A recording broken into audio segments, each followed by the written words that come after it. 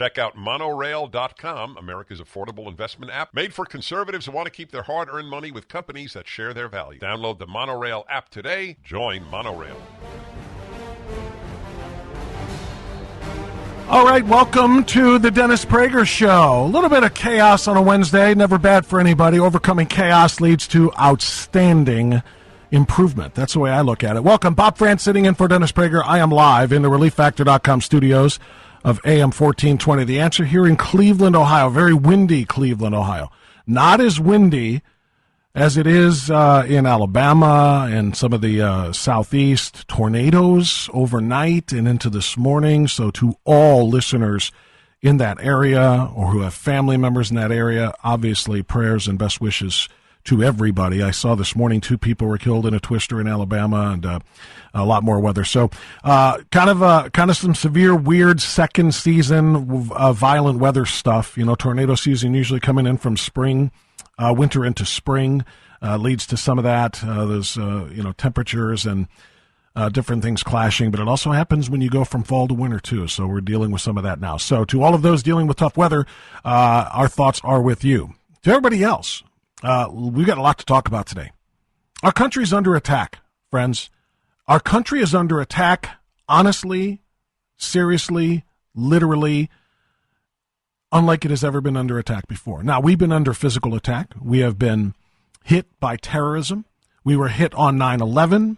We were hit, of course, in December of 1941 by Japan. I mean, we have been attacked in some ways before. Never the way we are being attacked right now, because this attack is coming from within. It's coming from us. It's coming from quite literally you, me, because we vote for our representation. We vote for the senators. We vote for the representatives in the House. We vote for the president.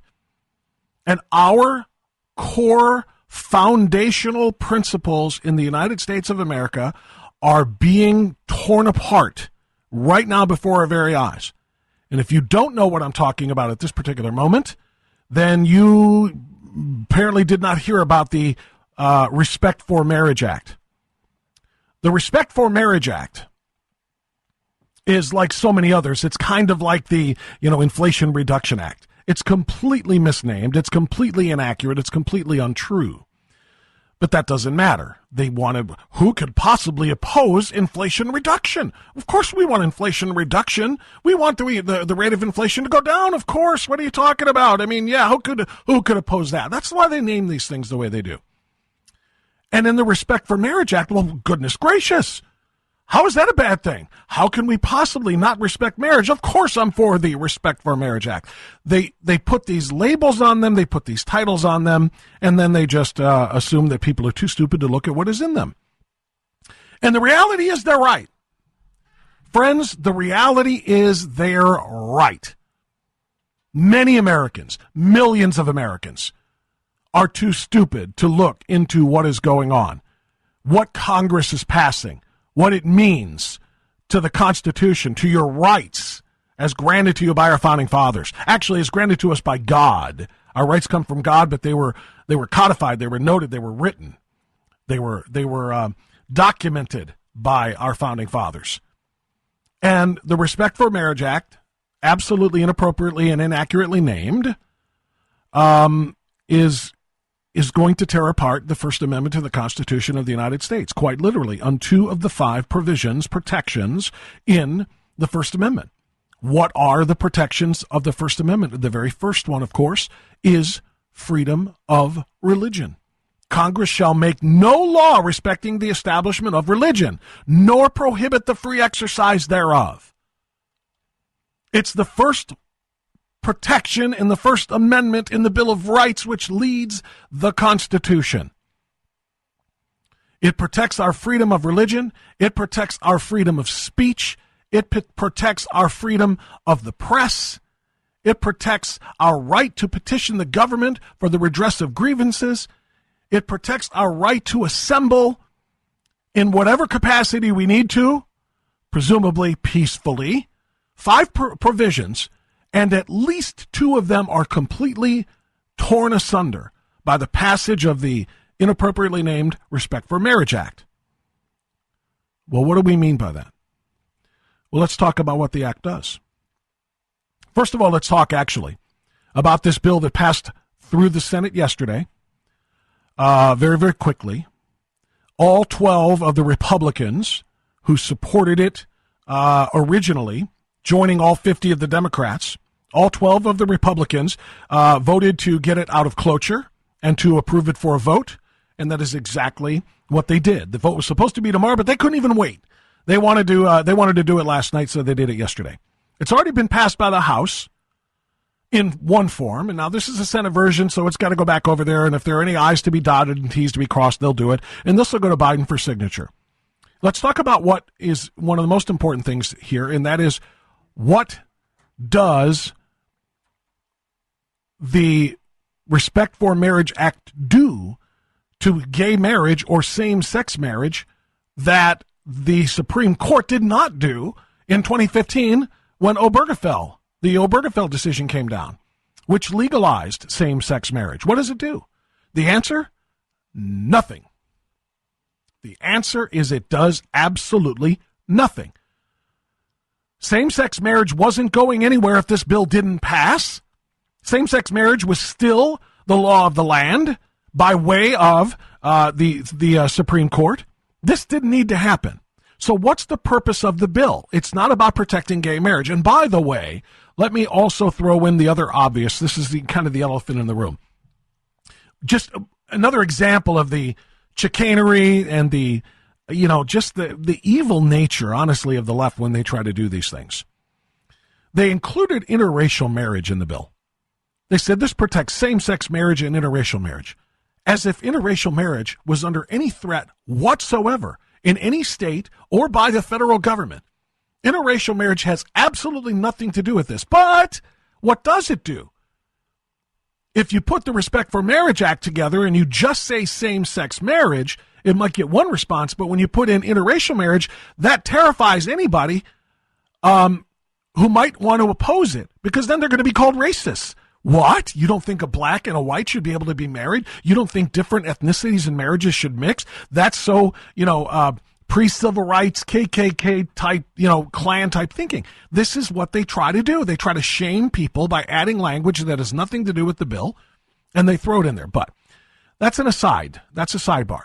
The reality that we need to face is this bill wasn't necessary to protect same-sex marriage. This bill was necessary to weaken the Constitution, to weaken the Bill of Rights, to weaken the First Amendment, to weaken religious liberty. That's just the flat fact of the matter. The goal here is to make sure that no one has the religious liberty or freedom of speech by way of conscience to say they won't acknowledge and or participate in these same-sex unions. That's the ultimate goal of this. And 12 Republicans sold out their souls, sold out their belief in the Constitution, and quite frankly, abrogated their oath to uphold and protect and serve the Constitution by supporting a bill that takes away 2 of the 5 provisions in the First Amendment in the Bill of Rights: religion and speech. How do they do that? Here's how they do that. By not providing protections for people who don't want, like, for example, Jack Phillips, the owner of the Masterpiece Cake Shop, who has spent more than a decade of his career and his life fighting scurrilous accusations and civil actions against him for refusing to bake cakes for gay weddings because it's against his faith. Never mind that he got a modest victory at the Supreme Court. They keep coming at him with different directions. Okay, now we want you to make a transitioning cake. We're having a party. My 8-year-old Johnny is about to become Janie, and I want you to make a cake celebrating that transition. Well, no, I don't believe that. I believe God made man in his image. God made man and woman. They are very easily identifiable. They're very easily recognized by science and everything else. No, I'm not going to do that. Oh, here comes the next lawsuit. What this does is it makes all of us Jack Phillips. All of us. If you can provide a service that might be of use at a quote-unquote same-sex wedding, your photography skills, your DJing skills, your floral arrangement skills, your hosting of a venue. If you have the ability to provide these services and you choose not to do so, civil action and maybe even criminal action can be taken against you. The Constitution is being shredded before our eyes. My friends, we have a lot more on this. Stay right here. I'm Bob Frantz, sitting in for Dennis Prager on the Salem Radio Network. History repeats itself, and we're seeing that play out with inflation. When Jimmy Carter took office in the late 70s, gold sold for $140 an ounce. By 1980, the price of gold topped out at $870 an ounce. If today's market performs like it did when Carter was in office, the price of gold could skyrocket from $1,800 an ounce to $9,300 an ounce. This is Dennis Prager for AmFed Coin and Bullion. Don't miss out on a great opportunity to purchase precious metals while the prices are still stable. If history repeats itself, we'll see a run on gold, silver, and platinum that will certainly drive up prices. Be smart and buy now, as I am. At AmFed, you're dealing with specialists who provide you with personalized attention, honest information, and sound advice. You'll never be pressured into buying outrageously priced so-called collectible coins or anything that you don't need. Take advantage of today's prices. AmFed Coin and Bullion, 800-221-7694. AmericanFederal.com, AmericanFederal.com. They should carve out PragerU lessons, kind of like with the daily school announcements. Do they still even do school announcements anymore? I think most schools have like some kind of, used to be the PA system. There's usually some kind of video system now in every classroom, and you get kids up there doing the daily school announcements. They ought to throw in a PragerU video every day. You want to stop the indoctrination? You want to stop the wokeism? Because that's what the beauty of PragerU is. The PragerU videos, and I don't need to tell this audience that, but just work with me here. Their value is in their ability to cross over all ages. The animation makes it attractive to kids. The simplistic explanations make it very clear for kids, yet it's compelling enough for adults who did not know that about this, that, or the other thing. That's the beauty of Prager University videos, and they ought to be in every school. Never going to happen, but it's just a thought.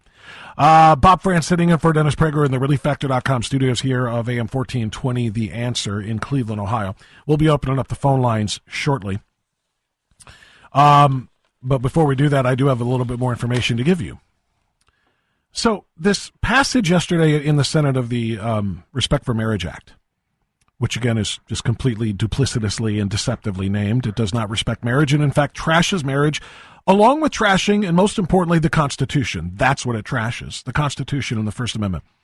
I want to give you some of the language from the Alliance Defending Freedom in response to this passage yesterday.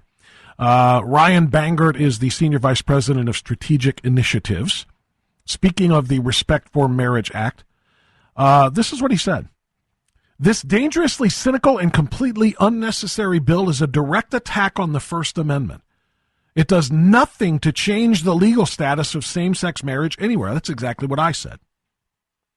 But it undermines religious freedom everywhere and exposes Americans throughout the country to predatory lawsuits by activists seeking to use the threat of litigation to silence debate and exclude people of faith from the public square. Today, the Senate has chosen to disregard legitimate concerns about the undeniable harms of this bill. If the Senate truly cared about protecting religious freedom, it would have included comprehensive amendments proposed by Senators Lee, Rubio, and Lankford. And by the way, just FYI, as an aside, that's what they took up yesterday was the amendments. Nobody was trying to undo same-sex marriage protections. No one. The amendments were solely to protect people from being railroaded into civil suits or even criminal suits or criminal prosecution for not participating in something they may have a religious or a conscience objection of. It goes back to the release from the ADF says, ADF remains committed to ensuring the First Amendment protects the rights of all Americans and to defending those who will be likely targeted because of this legislation. Now, I want to layer on top of that because of a very important part that is not being addressed. And I've talked to a lot of people. We're going to talk to Patrick Wood the executive director at the top of the third hour today about this. He's the executive director of Citizens for Free Speech. It's an organization I work with, too, to defend the First Amendment. And it's important to note that everybody who is condemning and complaining about the passage of this bill, including yours truly, others are just looking at it as an attack on religious liberty. It is not just an attack on religious liberty. It is an attack, but not just. It is also an attack on the freedom of speech. The nature of the freedom of speech provision, protection in the First Amendment does not require to be layered on another protection or provision. In other words, you don't just have free speech if it is guided by your faith. It doesn't have to be a religious consideration. So in other words, Jack Phillips argued that he didn't have to make the same-sex wedding cake that led to the last 10 years of his career and his life being turned upside down, his finances completely destroyed. Jack Phillips, argued that his faith prohibits him from participating in, contributing to something that they're calling marriage, but that is not marriage according to his faith. He believes in what Democrats and Republicans alike believed in as recently as 1996 when DOMA was passed, the Defense of Marriage Act, which declared, signed into law by Bill Clinton, supported by senators like Joe Biden. On the right and the left, everybody said, well, of course marriage is one man and one woman. I mean, is that a point of contention? Well, if it is, fine. Pass a piece of legislation that declares. Of course it is. That's the only way it can be. It's the only way it should be. Why? It's the only way it has ever been.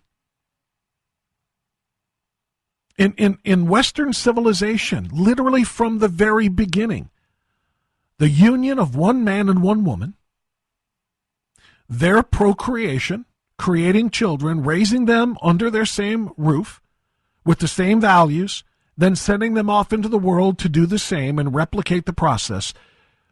That nuclear family is the building block of our entire civilization. It is the building block of a community. It's a building block of a society. It's a building block of a nation. It's a building block of a civilization.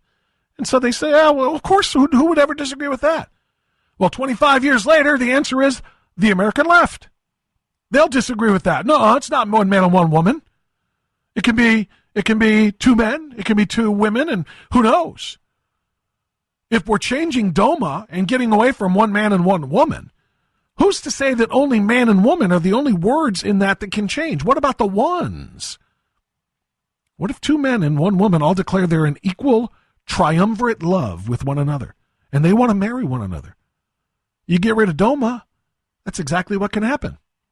What if there's a group? What if two guys, two girls, two men, and two women? What if they're all equally in love with one another and they want to have a four-way marriage? Who says they can't? When you get rid of marriage as it has been known and constructed throughout human Western, at least Western civilization history, then everything is fair game. There is no slope down which we will not slide. It is that dangerous. But back to the point about the freedom of speech. Jack Phillips didn't need to use his religion to say, I don't want to make this cake. He shouldn't have to. Nor should you, nor should I. If I'm a photographer and somebody says, hey, I want to hire you to shoot my wedding. I'm Steve and that's Joe and we're having a wedding. And I could say, not my thing, man. I have the right to say, not my thing, man. Find somebody else without being sued. But under this law, now that it's being passed, I can be sued. I would be forced to use my time and talent to say something by way of my work that I don't want to say. That is a violation of my free speech. My free speech means I can say whatever I want, and I cannot be forced to say something I don't want. That's what is also in play here. Much more to come. Bob Frantz in for Dennis Prager. Thanks for being here on the Salem Radio Network.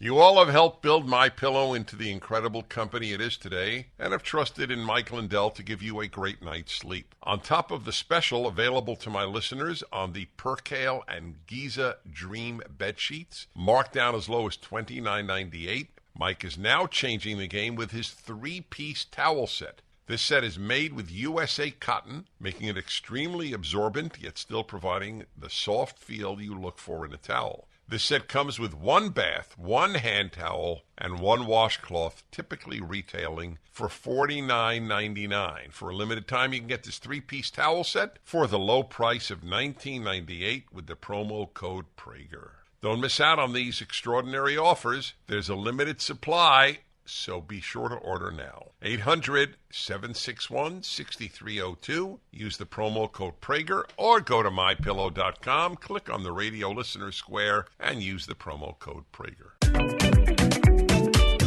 All right, we do continue now. 34 minutes past the hour. Bob Frantz sitting in for Dennis here in Cleveland, Ohio. I want to trash my senator for a moment because he deserves it. Rob Portman is everything that's wrong with his bill. Rob Portman is everything that's wrong with the attack on the First Amendment. Rob Portman is everything that's wrong with the United States Senate as a whole, I think. Anybody who makes a pledge and a promise to constituents in return for their votes, anybody who says he believes in traditional marriage between one man and one woman, anybody who says, I will govern and I will make votes in the United States Senate along those beliefs, who then turns around and flips it upside down, 180 degrees because his kid tells him he's gay, is someone that has no business being in government. Thankfully, Rob Portman is on his way out of government. He chose not to run for re-election. J.D. Vance is going to be our next senator in his seat, and I look forward to much, much better from J.D. Vance than I got from Rob Portman. Rob Portman proved to be selfish. He put his family's concern above that of the Constitution. And while I understand that as a father, I do. He didn't take an oath to his son. He took an oath to uphold the Constitution. And the Constitution includes the Bill of Rights, it includes the First Amendment, that are going to be shredded. As I said in my earlier program this morning, what he and the other 11 Republican turncoats did is they took the Bill of Rights, they took the Constitution on its beautiful sacred parchment and put it through a paper shredder, then put that paper shredder through a bigger paper shredder, then set that paper shredder on fire. It's never coming back. Do you understand that? That's what this bill does. Portman issued a statement today that read in part, the Supreme Court acknowledged same-sex marriage as a constitutional right in 2015, and current law allows states and the federal government to refuse to recognize valid same-sex marriages. No, it doesn't. No states have challenged any same-sex marriage since 2015 when the Supreme Court made that ruling. This is completely unnecessary, and he knows it. He went on to say the Respect for Marriage Act, which has already passed the House with bipartisan support, simply guarantees that a valid same-sex marriage from one state will be recognized by the federal government and other states. It ensures that valid marriages between two individuals, and by the way, it does not, because it doesn't say one and one. It doesn't say two individuals. It just says in the Respect for Marriage Act, same-sex marriage and interracial marriage. And again, they threw the interracial part in there just to be able to call people racist if they opposed the same-sex marriage bill. But it does not specify the number, which is why DOMA, which has now been repealed by essentially by this new bill and about to be a law, DOMA was very specific. One man, one woman, not two women, one man, or any other combinations. One and one. Throughout this process, Portman says, I also listened to the concerns raised by religious organizations. Really? And worked with my colleagues to strengthen the religious liberty protections in the bill while still preserving the rights of same-sex married couples. No, you didn't. A group of constitutional scholars who specialize in religious liberty have analyzed the bill and concluded that it does not pose new litigation risks to faith-based groups. End quote. What Portman is trying to dance around here, hoping that people are too stupid to look into the reality of the situation, is that he's trying to say that because religious institutions, churches, synagogues, mosques, or whatever, don't have to perform the actual same-sex ceremonies, that means religion and religious liberty have been protected. That's what he wants you to think. But again, he's counting on you being stupid. because that is not all that needs to be covered when you talk about religious liberty. You have to talk about the individual separate and apart from the institution of a church or a synagogue or whatever. You have to talk about the individual's right because of their own faith, or even without their faith, their own conscience that says, no, I can't do this. I don't believe in this, which is exactly what free speech and freedom of religion give us. So he's trying to argue that this bill protects people's religious freedom. He's lying. And so is every other one of the other 11 turncoat Republicans who turn their back on their constituents and on the Constitution. And this has nothing to do with same-sex marriage. This is not commentary nor criticism of same-sex marriage, which I can have my opinion on if I want. This is not about that, because what was done last night and what is being done when Biden signs this is the end of the First Amendment. And that's something that affects all of us. We'll be right back. Are you a successful loan officer in the mortgage business looking to grow your business in 2023? Are you looking for a dynamic and supportive work environment with the team I trust? Are you looking for a wonderful culture with people that share your values? Andrew Del Rey and Ted Avakian of andrewandtodd.com are looking for experienced loan officers to join their team. They're looking for people that value their clients and are solution-based problem solvers. Maybe you've worked in an environment that treats loan officers and their clients like a number, and you're ready for a real and meaningful change. They have offices in Southern California but service clients nationwide. So whether you're in California or out of state, I invite you to talk to them about joining their team. Call them at 888-888-1172. That's 888-1172. Or click the Join Our Team button at andrewandtodd.com. Welcome to hour number 2 of the Dennis Prager Show. Bob Frantz sitting in for Dennis on this Wednesday, the 30th and final day of the 11th month of the year of our Lord 2022.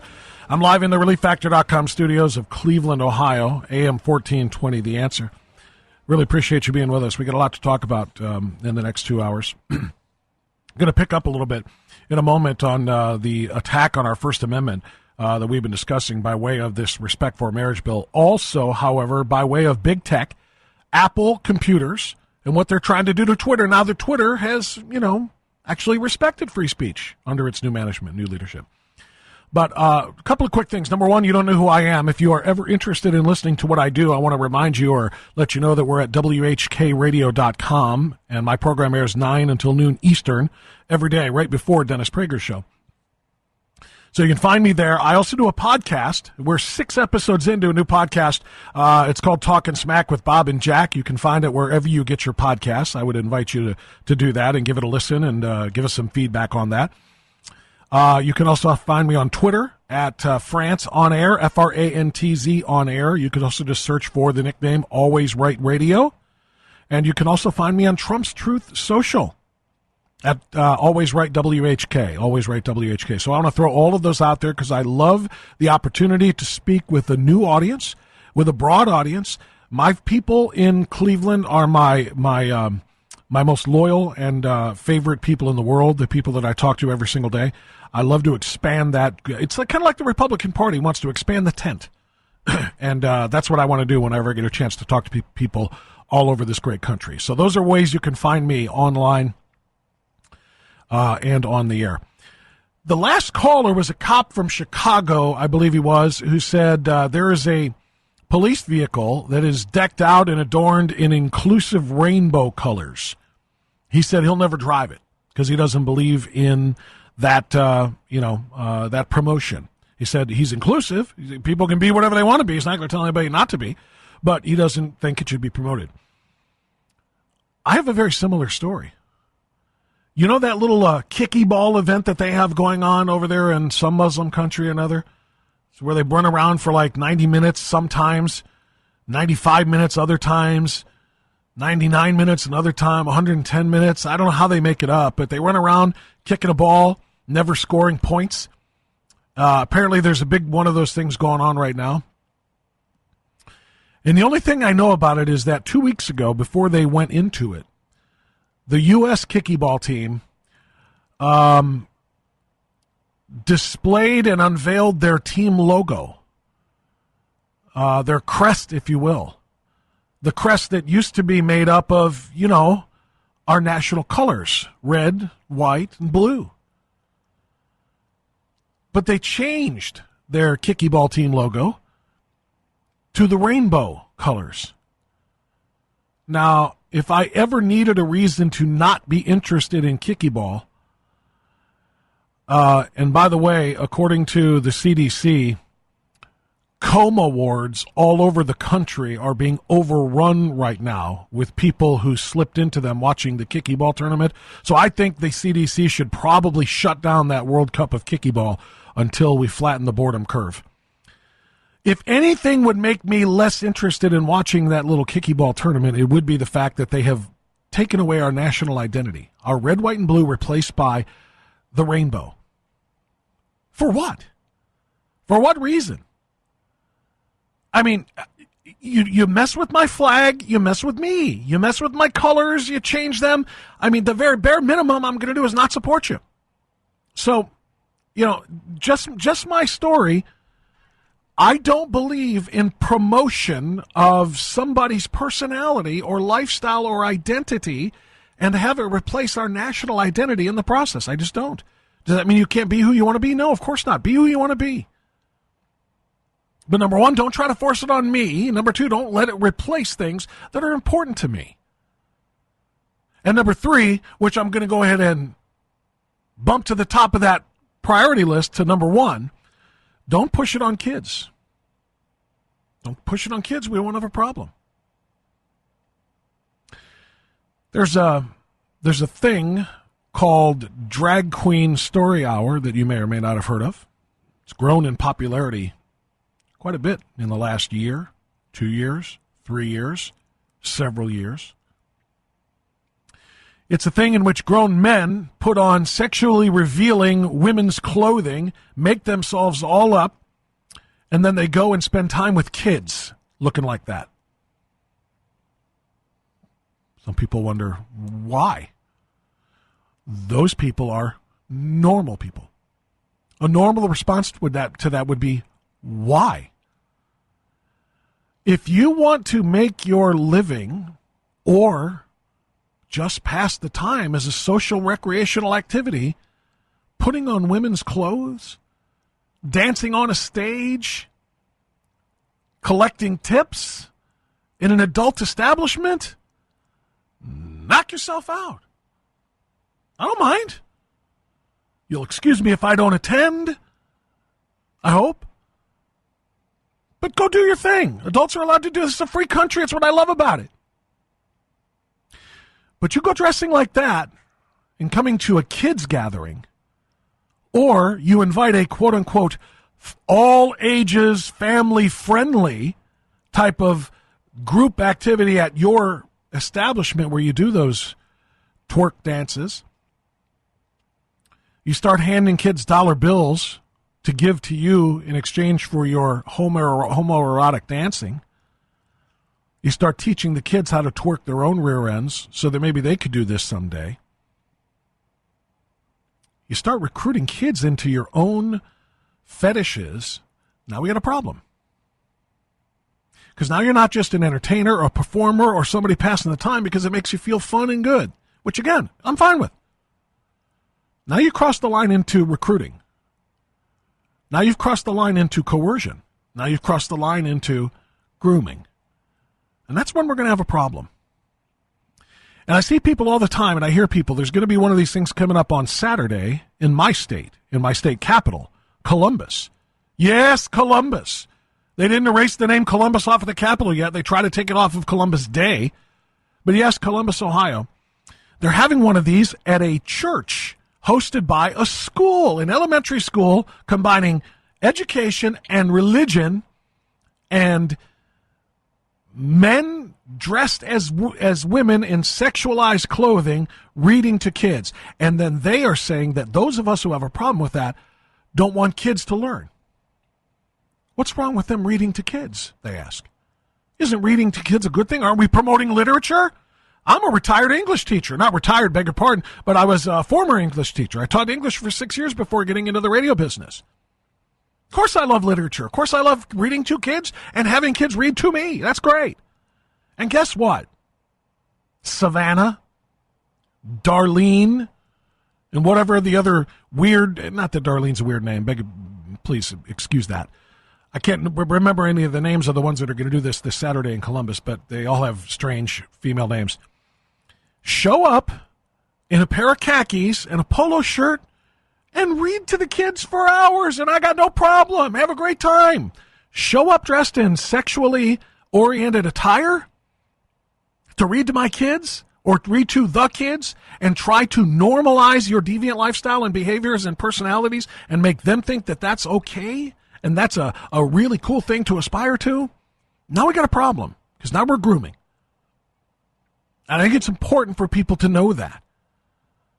Now, how does this tie into the same-sex wedding topic? That should be evident. That should be obvious. But once again, if two adults want to call themselves married, I won't object. Free country, do your thing.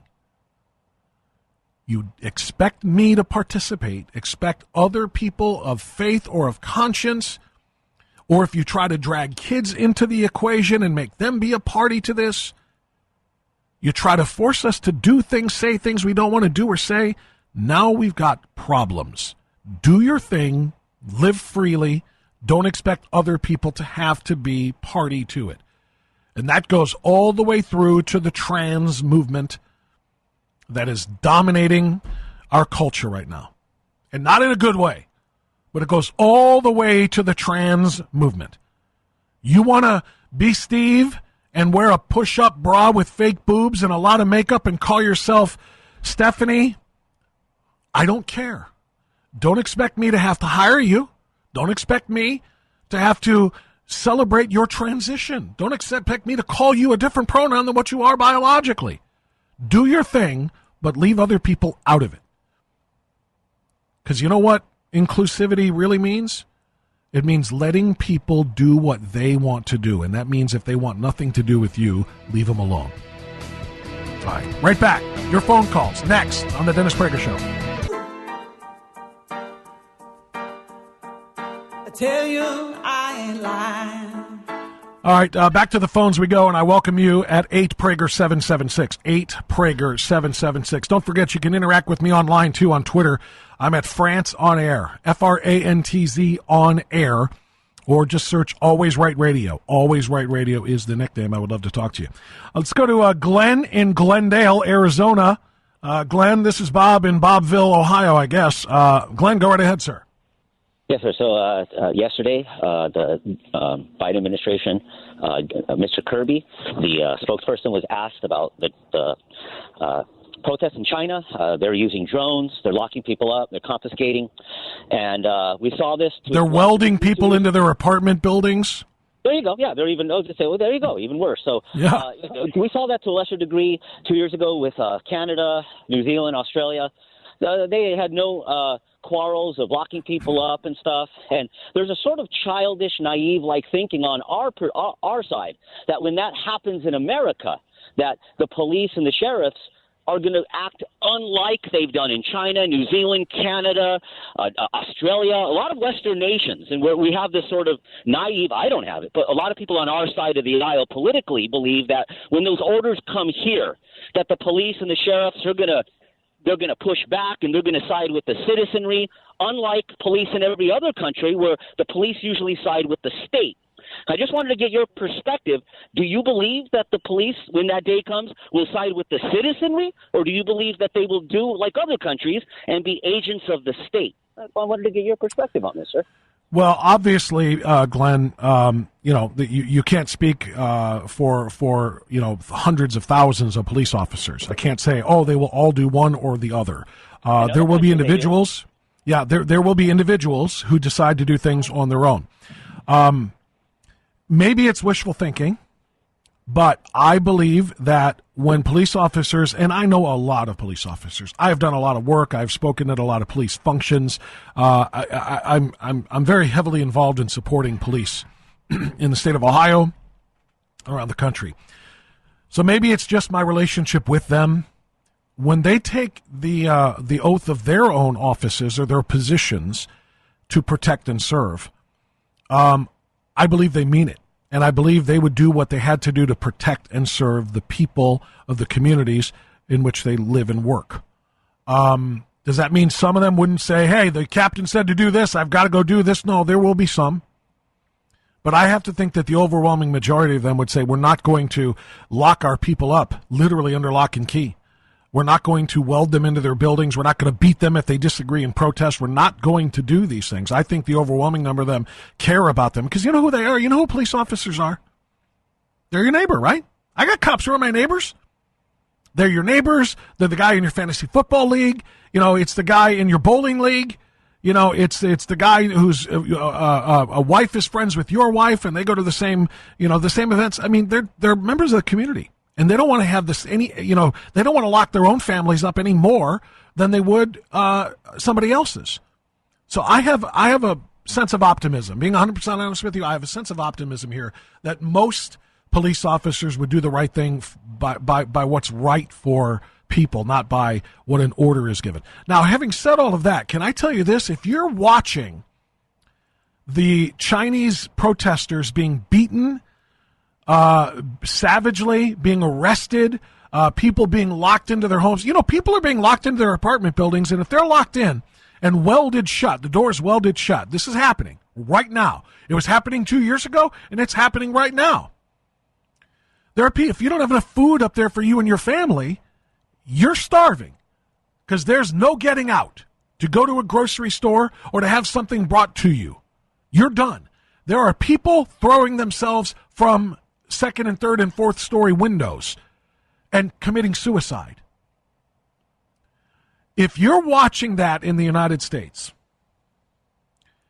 and it doesn't tell you that it's time to avail yourself of your Second Amendment rights, then there's something wrong with your thinking. If you can see that and you're not armed, if you watch that and you don't think, I need to protect my family, normally I have to protect my family against what? Criminals, right? The criminal element, thieves, burglars, those who would assault, those who would rape, et cetera, and you arm yourself for those kinds of things. But remember, the reason why the Second Amendment exists is for the people to protect themselves against all kinds of threats, whether they be criminal threats or the whole reason why we broke away and created our own list of laws and list of rules is when the government gets out of control. And if your family is starving because of a government edict, because they want to lock you up and there's nothing wrong with you, you're healthy, but they want to make sure you don't catch something and then spread it to somebody else, and you starve over that? And if the authorities do indeed force your family to starve and you're forced to defend yourself and your life and that of your family, I'm not saying I want any type of showdown with any authority figures, but if you're not armed and you're not prepared to defend yourself against whatever threats may come, foreign and domestic, civilian and government, then like I said, I think there's something wrong with your thinking. Ron is calling us from Countryside, Illinois. Hey, Ron, it's Bob in for Dennis. Go right ahead, sir. How you doing? Good, Ron. What's on your mind? The police car in Chicago that have the rainbow flag, why shouldn't they be allowed to display a cross or a Star of David on the car? That's a very good question. How do you think that would go over in a place like Chicago?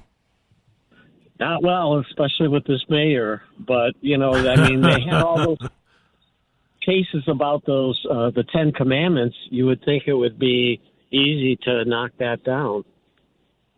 Yeah, you would think so, but you know what? This is wokeism. We're fighting something that is bigger and more powerful than religion. And in fact, maybe I should probably amend that statement a little bit. And thank you for the call, Ron.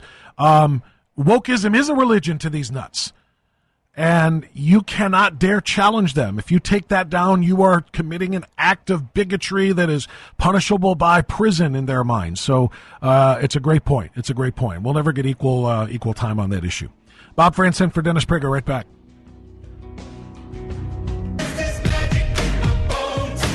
Anyone who wants to protect America should also want to protect Israel. Ambassador Robert O'Brien, former national security advisor in the Trump administration, explains exactly why. See the new video at prageru.com where we teach what should be taught. Patience is waning. Is this entertaining? Our patience is waning. Is this entertaining? 26 minutes before the top of the hour. And we continue on the Dennis Prager Show. Bob Frantz sitting in for Dennis live in Cleveland, Ohio, the ReliefFactor.com studios of AM 1420, The Answer. So just, I saw something on Twitter during the break. Follow me on Twitter if you would like. Always Right Radio. Just search for Always Right Radio. That is my nickname. The handle is at Frantz on Air, Frantz on Air. 3.5 years ago, I quit Twitter with about 42,000 or so followers. I wasn't very active on it all the time, but I had a really good following and enjoyed it for the time that I spent on it. I quit it when I started seeing my tweets that would reach, 200-300 responses, suddenly reaching 5 or 6 people, same types of tweets. I knew the shadow bans were on, then I started getting suspended, then I started getting warned, and I was done. I left because I was tired of actually being censored, because, who wouldn't, right? Now that Elon is running the show, and he has restored so many accounts, and he has allowed people to come back in and actually speak freely, but legally, by the way, and that part matters, I'm back on. But I've got like 5,500 people now, so I'm going to try to rebuild that up to where it was and maybe even exceed that. Dennis, for comparison's sake, has 390,000 or something like that followers on there. But if you'd like to follow me there, do so. Find me at Always Right Radio or Frantz on Air. Anyway, I was reading a tweet during the break, and I want to repeat it and ask the very same question.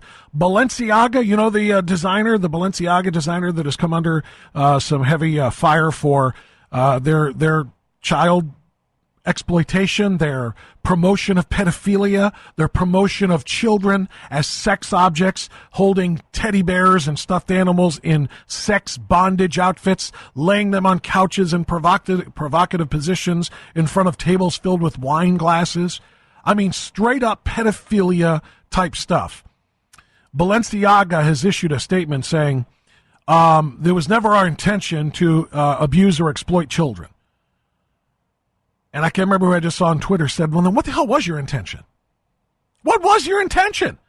You are absolutely sexualizing children to, sadly, a nation with far too many pedophiles in it. And we know the pedophiles are out there because we see how many of them are trying to sexualize the children at preschool levels, at kindergarten levels, at primary school levels, grooming them into sexual beings by talking to them about their sexual orientations and their sexual identifications. It is a massive movement rooted in pedophilia. And good people in all walks of life, parents at the forefront, need to push back against the teachers' unions and the giant corporations like Balenciaga and the entertainment industry that are trying to push these things. We have to go to war over this. And when I say war, I mean that figuratively, of course. We will do and should do anything we can to protect our kids, because literally, what do we have left if we don't have our children being raised safely, happily, with the values and the family values that we were raised with, that literally helped us to become the greatest civilization in the history of the world? If we are willing to go to battle for that, what are we willing to do? And I just want to make one other quick note before I go back to the phones. Saying that I oppose child pornography, child sexualization, and pedophilia from the trans community that is recruiting them to join does not mean that I support shooting up gay clubs. I'm tired of being put on the defensive when something like that happens, which, by the way, as it turns out, is a member of the LGBTQ community, the shooter, a non-binary person who uses they-them pronouns. But I'm tired of being told that because we stand up for children and against the grooming of kids, that we are somehow responsible for rhetoric that leads people to doing terrible things like that. No, I don't think I'll be quiet about defending kids just because some nut shot up a nightclub. I don't think I'm going to do that. I think I'm going to stand strong on that front. Let's go to Charleston, South Carolina. This is Dwayne on the Dennis Prager Show. It's Bob sitting in. Dwayne, go ahead. Hey, Bob, I'll try to keep this brief. I was listening to your segment about, what's going on in China, and, I also, like you Hey, know, Dwayne, hold that thought, Yeah. brother. I just got the 30-second cue in my ear, which means you don't have much time to talk, and I feel bad about that. Let me put you on hold, and I'll come back to you and make you the first call on the other side of this short timeout. All right, my friend? If you're on hold and I'm not coming to you yet, I will. I promise. Stay there. If you're not on hold, you should get there. 8 Prager 776. We'll be back. Final hour of the Dennis Prager Show underway now. Appreciate you being with us. 5 minutes now, 6 minutes past the top of that hour. Bob Frantz live in Cleveland, Ohio, the ReliefFactor.com studios of AM 1420. The Answer in for Dennis. And so I've been talking to you about free speech all day. I've been talking to you about the First Amendment all day. And I feel like I have a little bit of authority on the subject because of my association with a very important group that I invite you to be associated with as well. It's called Citizens for Free Speech. And we have been watching and charting and battling and fighting back against the attack on the First Amendment. This organization has now for 4 years. It was founded in 2018. I'm the National Communications Director for the group, which you can find at citizensforfreespeech.org. Now, I talked at length about religious liberty. I talked at length about about the freedom of speech, 2 of the 5 protections covered in the First Amendment, and how important it is to recognize that they are separate. They are not stacked. One is not dependent upon the other. You cannot have just free speech if it is a matter of your faith. You can have it simply because you don't want to say something or you want to be able to say something as a matter of conscience. All of this is in the wheelhouse of our guest that I want to bring onto the program now, the guy who founded Citizens for Free Speech back in 2018 and now serves as its executive director, Patrick Wood. Patrick, good to talk to you as always. How are you this afternoon? Okay, I'm not hearing Patrick. Can you hear me, Patrick? I can hear you just fine. Okay, now I hear you too. Thanks very much for joining us. So, Patrick, you're in Arizona too. I just had a friend, Michael Goldstein, call me on the air and telling us about the election fiasco that's going on in the state of Arizona. Anything to add to that before we dive into free speech and the Respect for Marriage Act? Well, this, in my opinion, I live here. I'm involved. I know Mike actually pretty well out here. He came from your area in Ohio to come here to Arizona, not knowing that he would jump from the frying pan into the fire. But what happened in Arizona with the election here, and especially in Maricopa County, is probably one of the most egregious violations of the First Amendment that I have ever seen. And that is the denial of your right to cast your vote for public office. This not only violates free speech, but it also violates the whole concept of being able to redress the government or request redress of grievances from the government. The government here simply has not listened to the people. It has not listened to the evidence. It just went ahead and railroaded through this shoddy election process and election outcome without any concern for the eyewitness testimony of disenfranchisement that were reported to the county officials. It's just absolutely amazing, over the top amazing. Well, I knew you'd have a thought on it. I didn't think about it from a First Amendment perspective, but you're spot on. You're exactly right. People have been disenfranchised. People literally, the machines were not working where they were. We have no idea how many people waited in line for them to get online and then left. How many people heard on the news that these machines weren't working at this particular precinct, so they didn't bother to come. That is straight up disenfranchisement and denying people of the right to participate in the democratic process of choosing their representation. And in this case, some very important races for the Senate, for the gubernatorial race, and so forth. So, yeah, you're spot on. So, Patrick, you and I have been talking in some depth on our podcast, by the way. Patrick and I host a podcast together as well. It's called Stand and Deliver. It's available wherever you get your podcasts. And new episodes drop every Friday, by the way, and we talk and have talked about our advocacy organization as a part of Citizens for Free Speech, and we have been advocating and providing an opportunity for people to reach out to their senators and their House members to stop the the Respect for Marriage Act because of the threat that it posed for the First Amendment.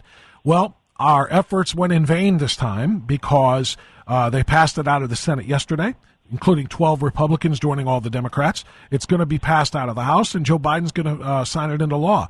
And, Patrick, it is going to have a deleterious impact on our First Amendment rights on a couple of different fronts. I've been talking about them all day. I want you to tell me how you see them.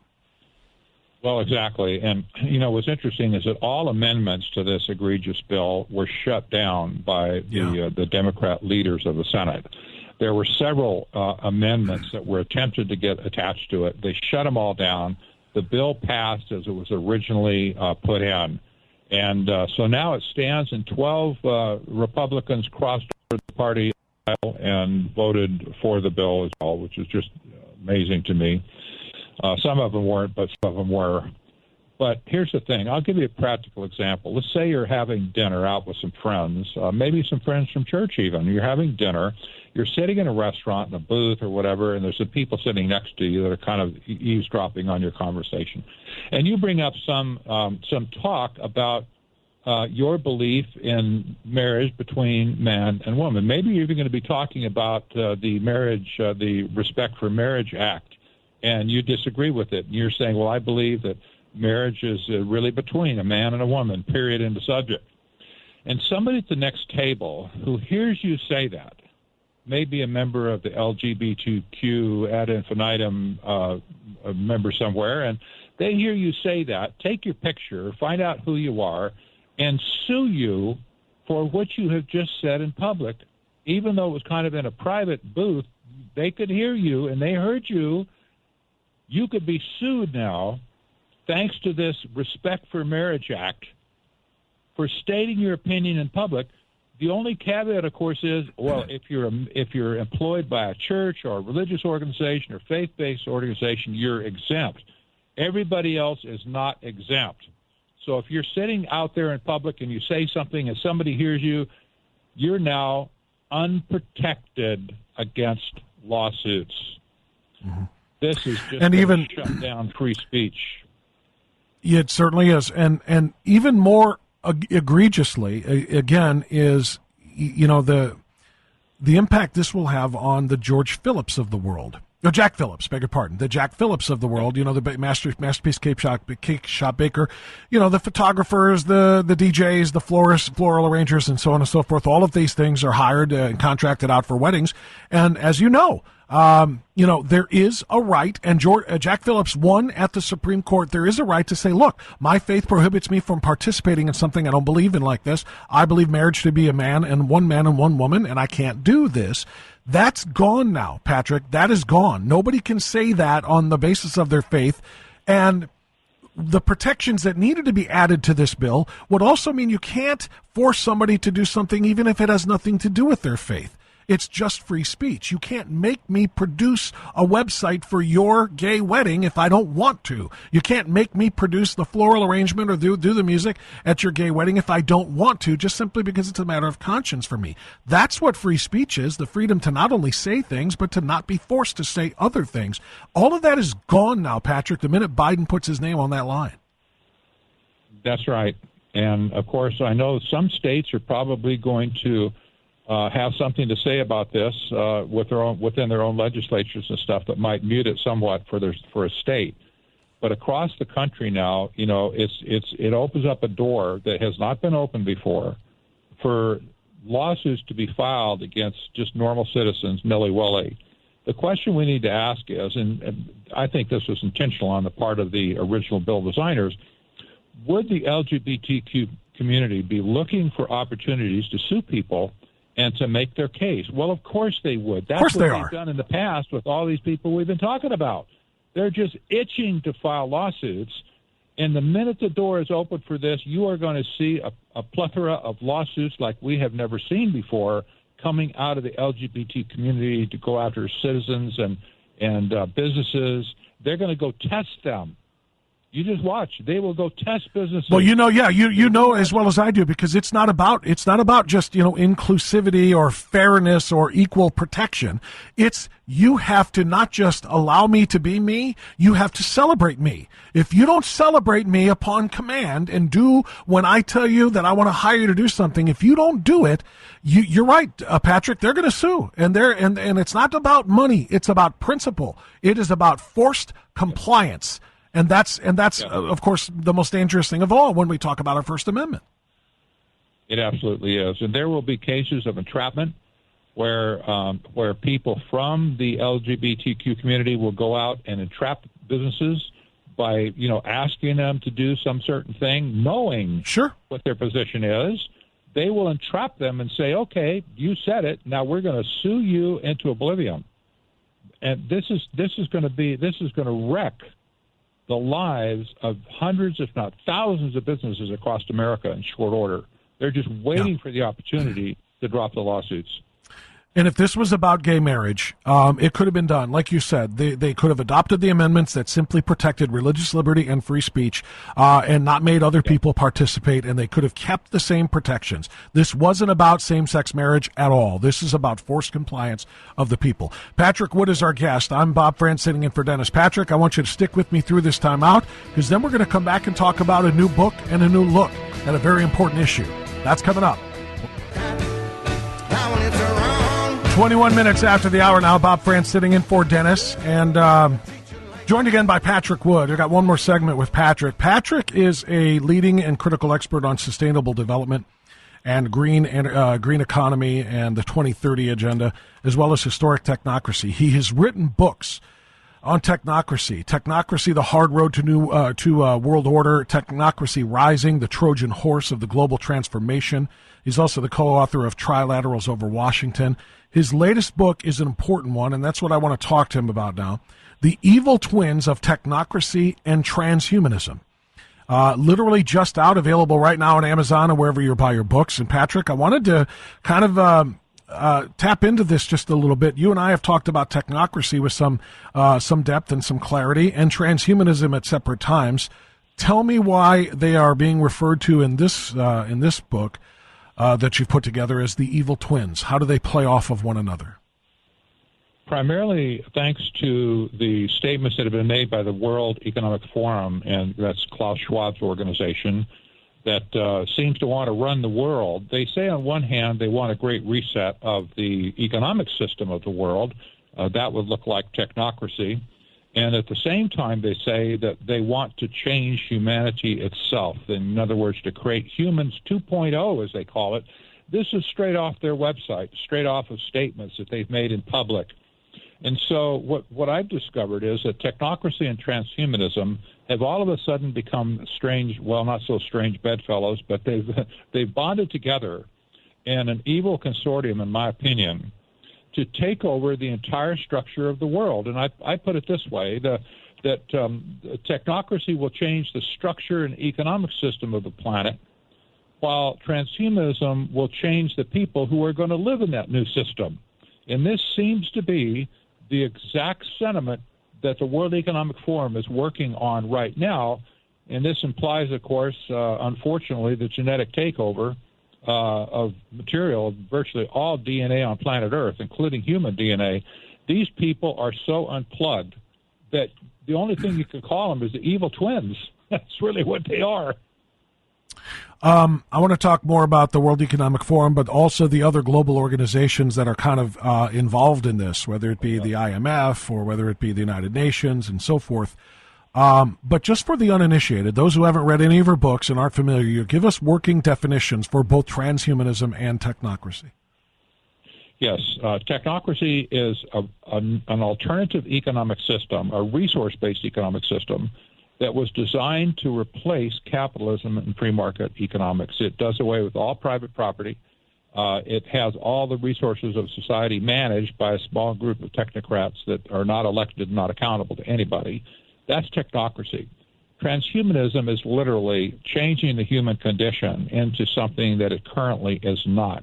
The transhuman meme seeks immortality in the end. They want to become immortal. They want to plug into the internet, become omniscient, Those are godlike qualities, by the way, if that escapes you right now. And, this is a very dangerous combination of transformation. Nobody asked humans if they wanted to be graduated from humanity 1.0 to humanity 2.0, but it's going to take genetic modification to do it. And people are very bold in proclaiming their desire to do just that, with or without your consent or with or without your knowledge. They want to change the genetic structure of humanity to make them into humans 2.0. And you couldn't get this out of a science fiction book hardly, but it's not science fiction. It's real. So what are we talking about when you say change the genetic code, when you talk about changing humanity? Are we talking cyborg? Are we talking about the infusion of technological advances that we hadn't ever even thought of before with the human mind, with the human body? Well, that's part of it. And Klaus Schwab at the World Economic Forum talks about the merging of technology of like robotics and stuff like that with the human condition. But at the same time, they also talk about direct genetic modification of your own body to cause it to do certain things or, behave in certain ways that it never did before. A good example is the messenger RNA shots that have been promoted around the world to fight the COVID-19. And not only has it not fought COVID-19, but has radically changed the immune system of people who have taken the shots. Now, this is a direct hacking of the human body. We don't know what the outcome is going to be. Ultimately, right now, it's very serious. There's lots of harm being caused by this. But in time, with enough shots and enough experimentation by the people who are creating these messenger RNA, in some cases direct DNA injections, they will be able to change the functions of our body to do things that it was never intended to do before.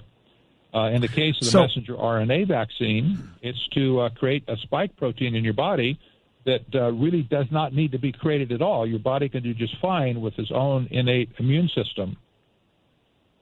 Yeah, very well true. We're finding that out right now, especially now that they've admitted that there are more vaccinated deaths from COVID-19 than unvaccinated deaths in the United States. That's extraordinarily important. People who took the shot, there are more of them dying now than there are of the unvaccinated. So you're right about the immune system being able to handle it on its own.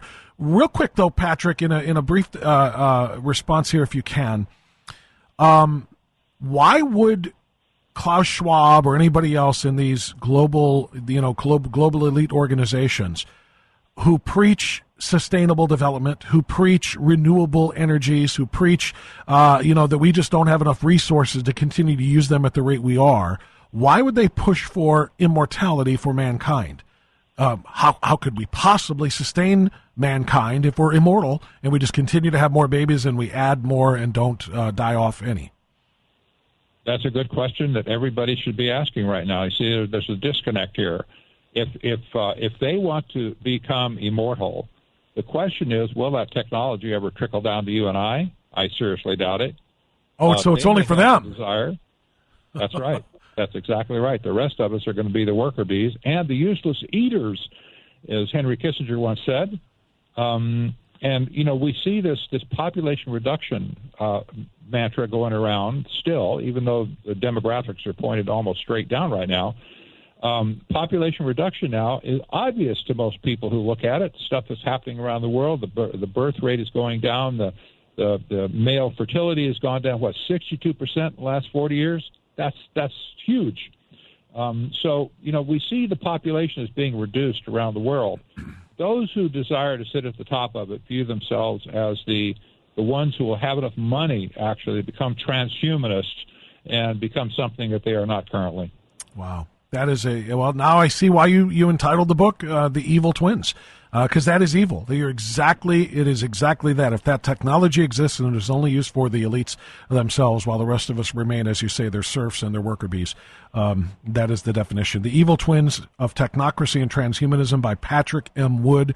Get that now. It has literally just become available. And make sure you join us in our fight to protect the First Amendment against things like the Respect for Marriage Act and other legislation coming down the line by joining Citizens for Free Speech. Patrick, thanks so much.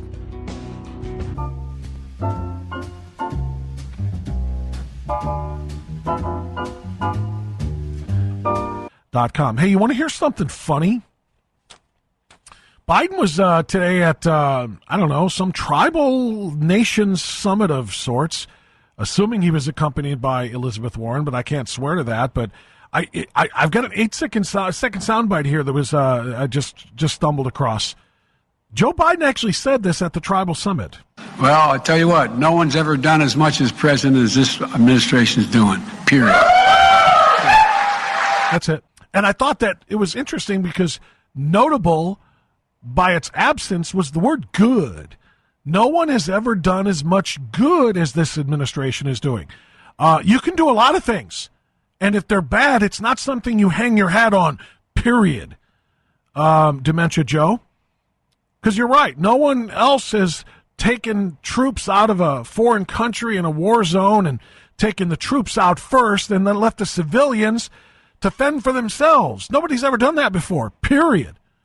No one has ever taken the troops out and then abandoned $85 billion worth of munitions and transport equipment, military transport equipment, to the enemy like the Taliban either, period. You're right about that.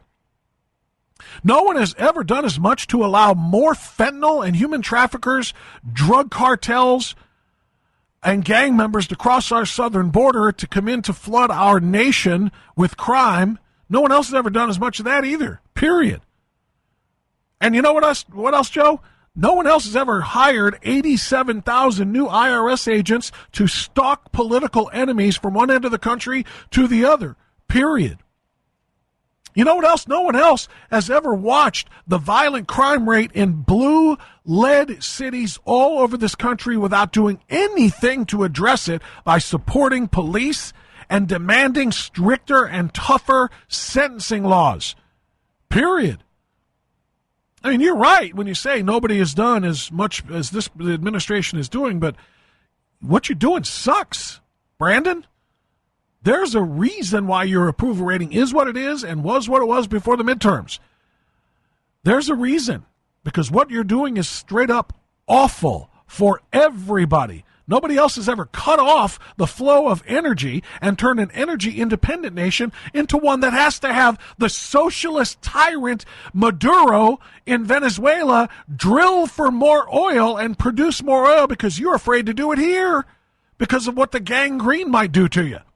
Gangrene, of course, being your favorite pals in the climate alarmist industry. So, you're kind of right. Nobody else is doing what you're doing, but that's probably because they're a little bit smarter than you are. No, not a little bit, a lot. That's why they're not doing it. Let's go back to the phones. I want to talk to Vincent in Atlanta, Georgia. All right, here's the first question I've got for Vincent. Vincent, have you voted early for Herschel yet? No, but I'm going to go do that tomorrow. Yeah, we got to meet them where they are. We got to vote early. We got to do everything we can to not just take IOUs that, okay, I'll be there on election day, I promise, and then we get hassles and problems and people can't show up on election day. So get out there and do it early. That's right.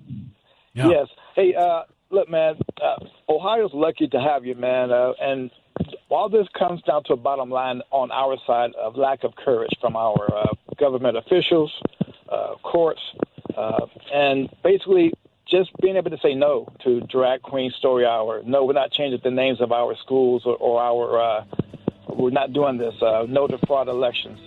And when our Supreme Court in 2015 changed the allow for same-sex marriage, they opened the door for all of this.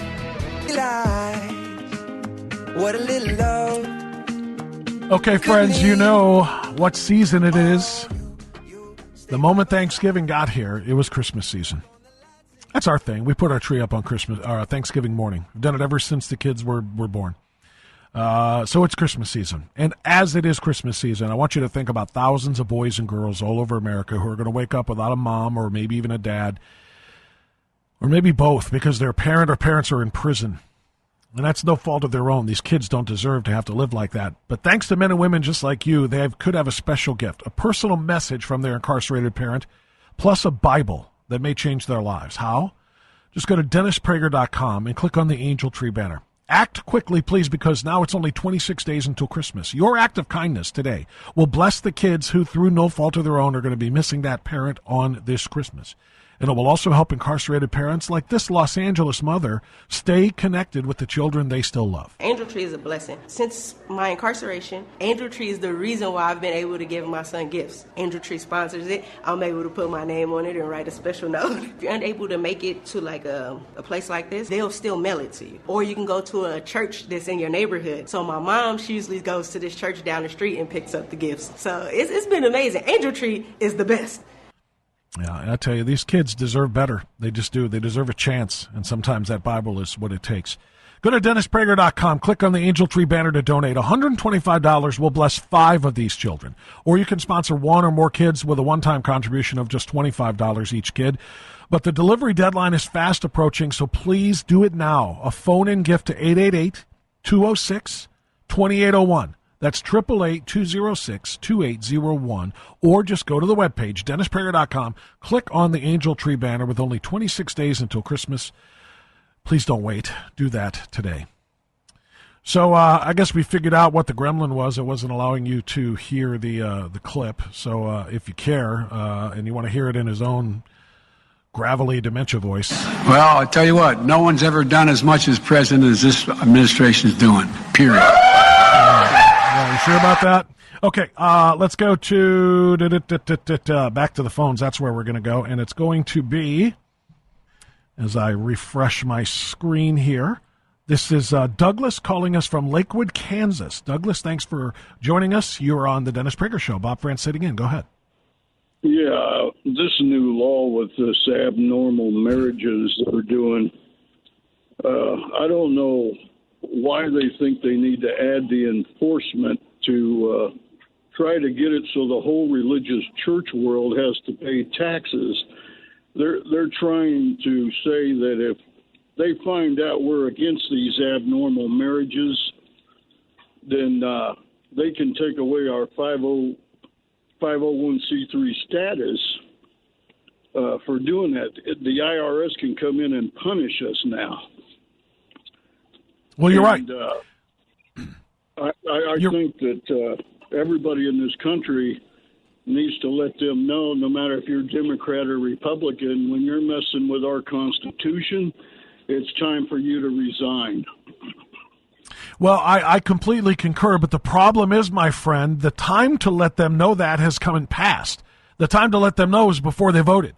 And I on my local level, the thing I was doing for Ohio residents and citizens and my listeners in Cleveland, Ohio, I was giving them Rob Portman's phone number. I was appealing to Portman and telling my listeners and Ohioans, and I could read you the list if you want, the list of the 12 Republican senators who are to blame for this.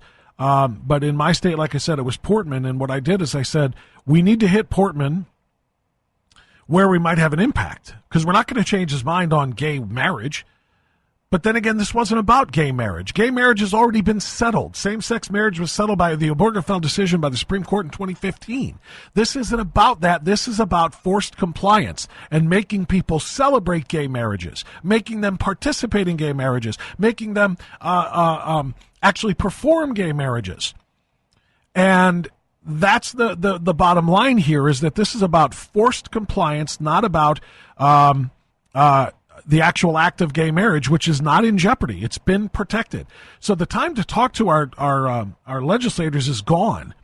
We're stuck with this now. Now it's a matter of talking to lawyers. Now it's a matter of challenging this in court on a constitutional basis. And I feel like there is recourse there. I really do. The recourse is in the First Amendment, as I said to a previous caller, and as I kind of riffed on by memory earlier. The second part of the freedom of religion protection in the First Amendment is in play. The First Amendment reads, Congress shall make no law respecting an establishment of religion or prohibiting the free exercise thereof.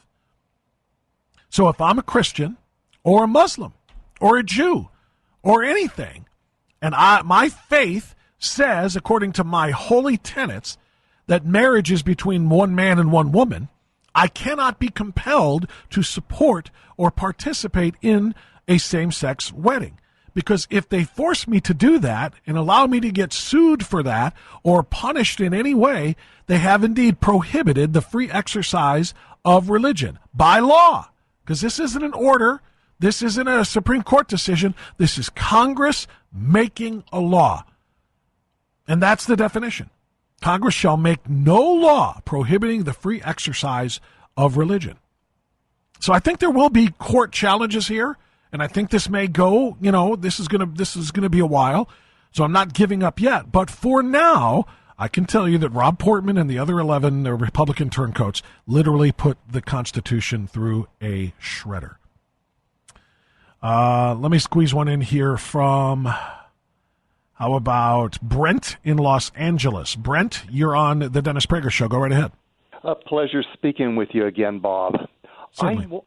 I wanted to denounce the treasonous Republican respect for what I'm calling the Marxist Murder of Marriage Act, which Mitt Romney and 11 other godless Republicans demonically have chosen to rape America with.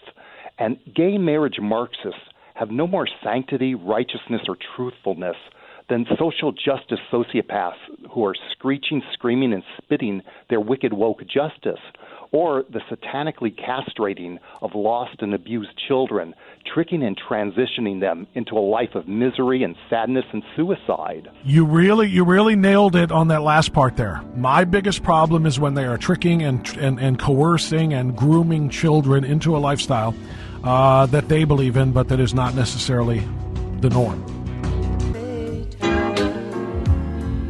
Yes, indeed. And that pain-free studio is in Cleveland, Ohio today. Bob Frantz sitting in one more segment. Boy, 3 hours goes fast. 3 hours really do when you have an audience like Dennis Prager's. That's why I'm always honored to be here. Thank you so much to those who participated. Thanks to the crew working very, very hard for us as well. Let's get a couple more phone calls in before we're done. Sandusky, Ohio. That is not far from me at all. That's where Mark is hanging out on the Dennis Prager Show. Mark, can you hear me? Sure can. Thank you. Go right ahead, sir. I really have no hope at all for this country because as a Republican, I can't imagine voting for the Republicans again because they are ruining the country. The 12 Republicans basically ruined the country. They've gotten so far left. They're more left than any Democrat was 15, 20 years ago. And why would I vote for somebody who's just going to be like the Democrats are in about 10 years? Second question I want to ask you is... In other words, you feel homeless. You feel homeless like I do. I get what you're saying. I do. I've never felt this down about America in my entire life.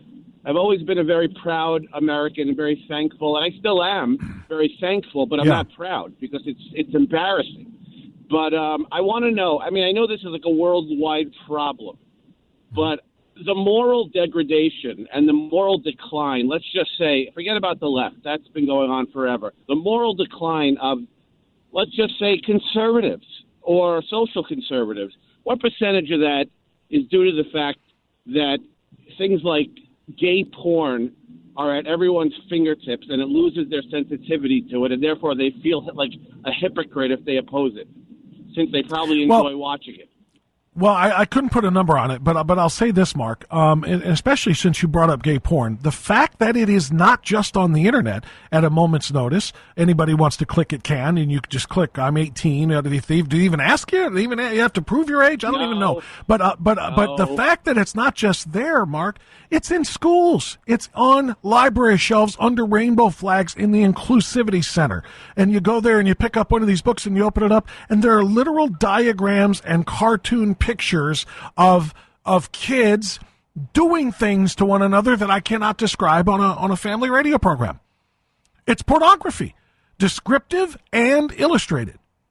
And so you talk about the depravity and you talk about, you want to blame conservatives. I don't. I won't blame. I may blame Republicans, the way you said, because you kind of pointed out, we're homeless. We certainly can't side with the Democrats, but we can't side with Rhino Republicans either. Where's our home? There are conservatives who are trying to stop that. Maybe it becomes a third-party issue. I don't know. But But that's where your hope will lie, is in true conservatives, not conservatives in name only. That's all the time I have. Thanks for letting me be a part of your Wednesday. Bob Frantz in Cleveland, Ohio. Look me up on Twitter if you'd like. I'm at Frantz on Air, Frantz on Air, Frantz on Air on Twitter. I'll see you next time on The Dennis Prager Show. Dennis Prager here. Thanks for listening to the Daily Dennis Prager Podcast. To hear the entire 3 hours of my radio show, commercial-free, every single day, become a member of Pragertopia. You'll also get access to 15 years' worth of archives, as well as the daily show prep. Subscribe at Pragertopia.com.